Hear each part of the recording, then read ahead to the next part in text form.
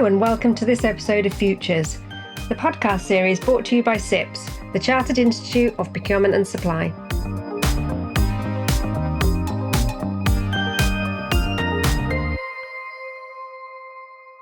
Hello everyone and welcome to this second episode of a CIPS Foundation takeover of CIPS Futures podcast. I'm Emma Scott and I'm hosting this mini-series of CIPS Foundation podcasts looking into human rights and child labour in cocoa farming.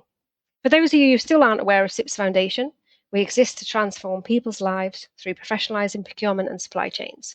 By using best practice procurement as a system lever, the Foundation is tackling environmental and social change head-on to embed lasting systemic change. In this episode, we're joined by Pascal Baltussen, Chief of Impact and Operations at Tony's Chocolonely, and he's here to share a case study on how conscientious chocolate producers are making a real impact in human rights across cocoa farming. Hi, Pascal. Thanks for joining us. Welcome to the pod. Hi, Emma. Can you start by telling us a bit about your role and what you're doing at Tony's? I know you've got a great ethos there at Tony's, so if you could share with our members a bit about what you're doing in this space, that would be really great to get us started. Yeah, of course, Emma, and nice to be here today with you and with all the listeners. So I'm Pascal. I have the pleasure to represent within Tony's the work we do on our impact, which means for us, everything that we do on cocoa farming communities in West Africa and how do we try to improve lives in West Africa falls under my my remit, as it does, by the way, to everybody within Tony's, because that's the main part of our mission, and our key mission is to end exploitation in cocoa. And second to that, I also run our operations. So I look after all the beans as they come out of Africa and as they make it into our delicious bars of chocolate and end up in consumer hands. And you've been at Tony's quite a while now, haven't you? You've been there a good few years now. Yeah, I've been with Tony's for 5 years. So prior to Tony's, I spent about 20 years in FMCG businesses across the world. Decided to make the big move from big corporations to a small scale-up company, especially small when I joined Tony's 5 years ago, but have been experiencing quite some tremendous growth and impact over the last couple of years. Can you start by giving our listeners an idea of the size of the issue of cocoa farming, particularly in West Africa, when it comes to human rights and child labour? I hope some people are already aware in the meantime in terms of the issues that are there in cocoa, especially if you're listening to this podcast, you'll probably have a bit of an interest in that already. But if you look at cocoa farming in West Africa, it's about 2.5 million cocoa farmers in West Africa. So cocoa is grown on what is called smallholder farmer models in West Africa, which means that a cocoa farmer normally has between 1 and 3 hectares of a cocoa farm. The yields that come out of that cocoa farm, together with the price they get for that cocoa, means that a lot of these farmers are actually in extreme poverty. They are living below the poverty line and they are not getting a lot of money for their delicious cocoa that they're making. And as a result, basically, of poverty, there are human rights issues in that supply chain as well. So what happens is that children of cocoa farmers are working on cocoa plantations, not going to school. There has been a tremendous amount of deforestation and also cases of forced labor happening in that space. So if you look at the size of it, that 2.5 million cocoa farmers, there's an approximate latest study that was done in 2019 that shows that there's about 1.56 million children working in child labor in West Africa in cocoa, and about 95% of them are doing hazardous activities on the farm, and that means working with machetes, taking cocoa pods off trees, etc. So it's a very sizable problem, and a problem that the reason why we exist is to see if we can prevent and solve this problem for the entire cocoa industry. Yeah, on our first podcast in this series, we spoke to the guys at ActionAid who are doing some work out there, and it's these lots of small farm holders, family-run businesses. This issue has probably been going for generations and generations, hasn't it? Where everyone in the family pitches in. So it's trying to change some hearts and minds really on kind of practices. That's one end of the scale, and then I guess the other end of the scale is more the forced labour side as well. So some of it would just be expecting family to pitch in, but there's some darker sides to it as well. Not that either are right.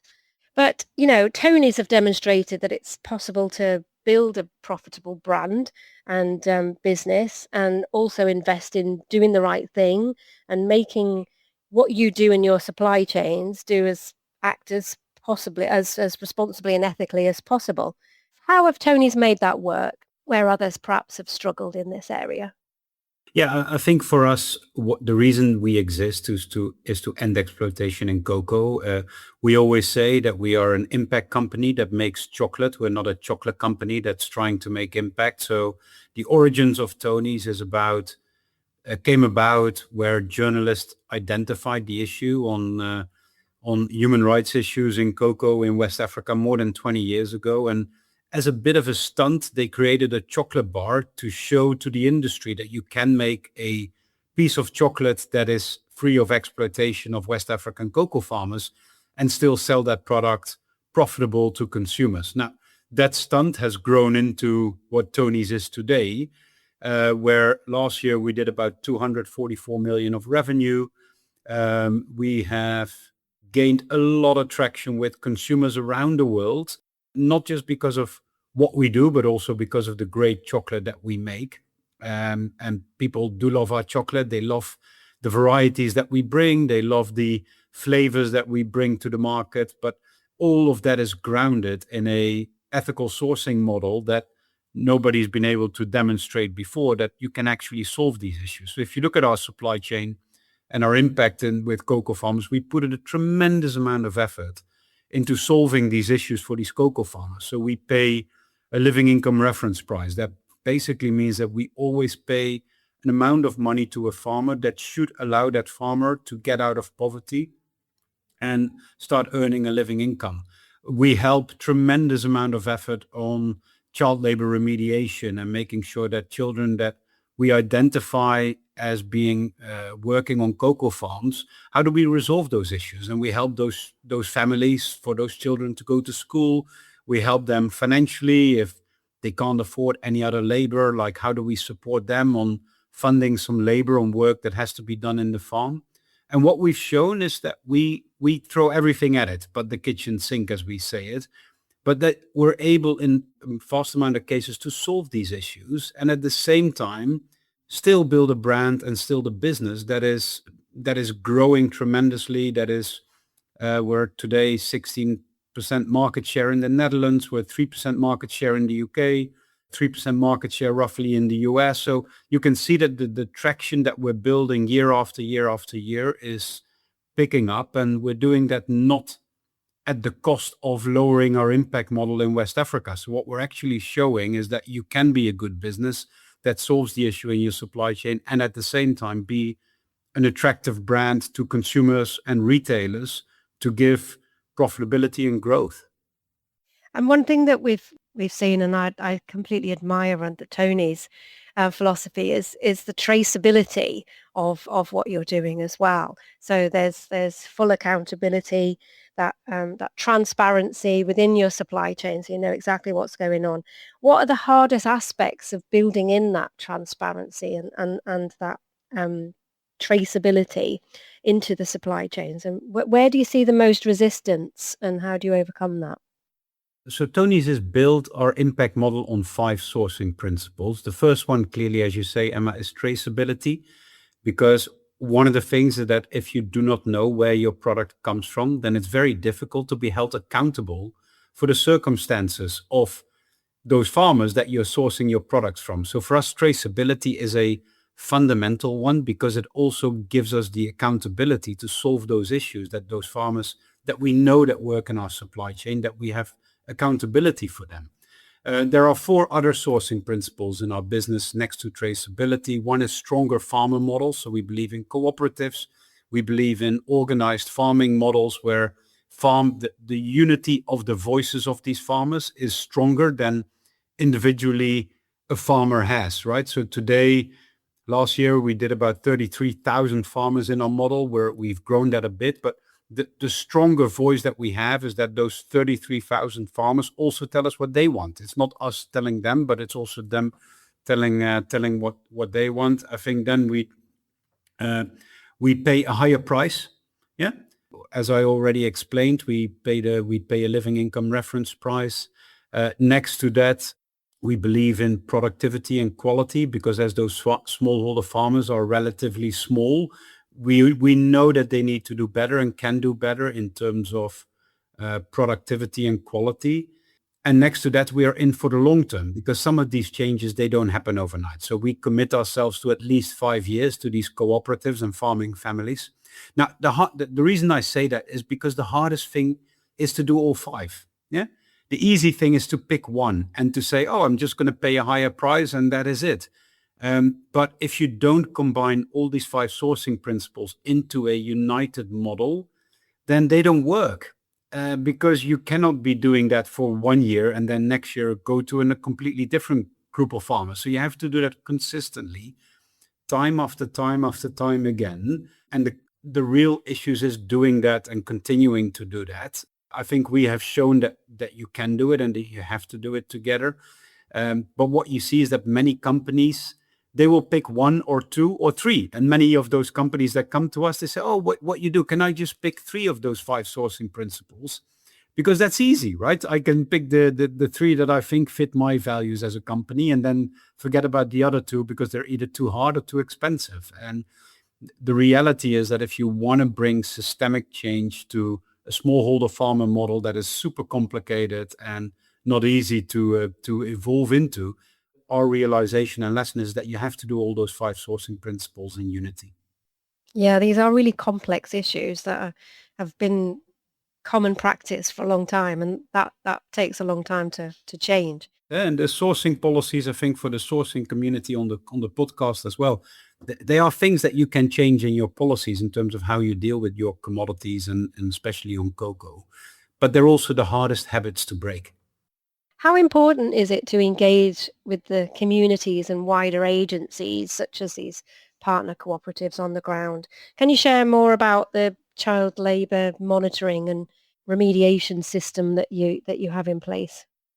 I think there's two questions there, Emma. So I think if I go to the first one around, we interact a lot with the communities that we work with. Yeah. And the communities are twofold. One, it's the villages that people live in. And then the other community is the co-ops through which they sell their cocoa and which we buy their cocoa. So in both cases, you have to have deeply rooted relationships in the communities and with those co-ops, because you're asking a lot, and we are asking a lot of those communities and those farming practices sometimes to change some of their behaviors, and they will not do that if they don't trust you. Yeah. So on a child labor monitoring and remediation system, to give you an example, is we have community facilitators that come and visit every single farming family at least once a year. And they talk to the parents, they talk to the children, and that's the way that we can identify whether there is something happening on that farm that we are not happy with. For example, if children are participating in the harvesting of the cocoa. And in order to do that, you need to build that trust with these cocoa farmers, because you cannot punish them if that happens. What you then have to understand is, why is that child participating in activities on a cocoa farm that it should not be participating in? And in order to do that, it is a very sensitive topic, right? Even in Western communities and Western society, it's easier sometimes to not talk about that. Yeah. And that's, I think, very true as well in West Africa. So to build that trust, you have to then show that if we find issues, that we help families remediate those. And that means that we then look into, like, why did that child or did that person participate in child labor activities? And what is the root cause of that? And then how do we help solve that? And that could be very simple around that the parents can't afford a school kit for the child to go to school. So then we help the children with providing school kits. It can be birth certificates that the children don't have registered birth certificates. So then we help them with getting birth certificates. So all these things are deeply, I would say, communal aspects of the work we do. And in order to do that, you need to have trust in both ways. And that means for us that you have to be a credible, trustworthy party for people to open up to us and allows us to help them. Absolutely. It's a massive trust building exercise as well. Um, do you think that human rights and child labour are kind of still the poor relative of the whole sustainability movement? Are people investing as much effort in it as they are perhaps carbon? Do you agree with that? It's harder. I think to solve carbon is a financially solvable problem, and people understand what can be done more and more as we work through scope 1, 2, and 3. And there is a lot of institutions that have started to understand like what companies can do. And it's in a way a problem you can put your arms around a little bit. Yeah. I still think scope 3 is an undervalued accountability problem where I think a lot of companies then build sourcing policies that say, as a supplier, thou shalt reduce your carbon, and as such, I am contributing to my carbon offsetting or carbon reduction plan. For human rights issues, it's pretty, it's in that way, it's a bit the same, but it's a much more complicated problem to solve because you're having to tackle something that is deeply rooted in, as you say, generational activities, or has to do with extreme poverty situations. And to solve extreme poverty is expensive and is a difficult problem to solve.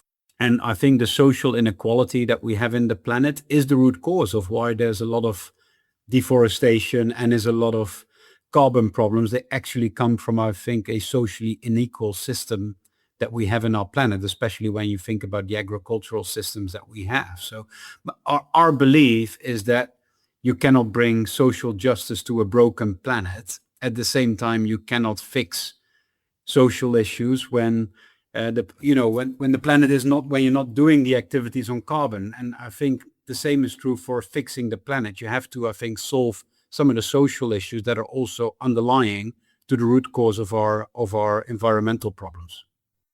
Do you think the increase in legislation that we're seeing popping up, do you think this will be a wake-up call for people? Will it drive the right behaviours, maybe? I think it's helping. I definitely think legislation has stepped up quite a bit in the last couple of years. It was way below par, I would say 5 to 10 years ago. I still don't think it's enough. I think more needs to be done, both on the social and the environmental side of business. Things like EUDR and traceability, they help. But I don't think that just doing that is enough to fix the issues that we have. So I think it's almost the raising the floor versus raising the bar discussion that we always have. And I think it's helping to raise the floor, but I don't think the floor is high enough yet to really solve these issues. What would your do this now piece of advice be for our listeners? With more and more legislation coming through, it puts the onus on supply chain due diligence. What advice would you give to our listeners on where they should focus their efforts when it comes to human rights and supply chains? Just a big question there, really. Yeah, it's a huge question. And I think if I look at what Tony's does and what we've done in the past for a lot is you have to be clear and honest about the issues that are in your supply chain and in your business. And if you face them with real honesty and real clarity and real accountability, then I think you'll come to the right conclusions about what is the work that can be done and how can you solve those big problems. I think a lot of people get lost a bit in that journey because they're either afraid of the internal politics within a company, they feel that either the price tag is too high, and as such, the management or the leadership of a company won't accept the solutions that need to be put in place, or people don't really fully own and understand the problem that lies beyond their own reach at first, right? So I think you have to really look for the issues to understand those issues and then work solutions through those problems and not try to resolve them from your own point of view, but try to find solutions together with the people that are in the mud, sticking through those problems, and really understand what they need or what the world needs in order to solve those problems. And I think that's, for me, is the heart of it, is you have to really be honest about some of the issues, and then you have to listen to the people that are dealing with those issues and don't think for them, right? Listen to them and then think about what they need and listen to what they need, because they'll tell you what they need, and that is probably the heart of the solution. Yeah, no, you're right. It's a big listening exercise, a big investment in time as well. But yes, I think it's understanding those root causes. These things haven't just evolved for no reason. Pascal, thanks so much for joining us. Fascinating discussion. I love Tony's. I've just have recovering from a knee operation. I've been gifted several bars, which I've really enjoyed in my recovery.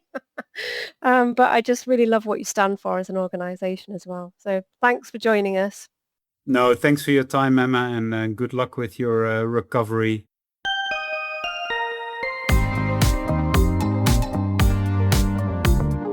So this is our second episode in this mini-series. Please join us for episode 3 coming up very soon.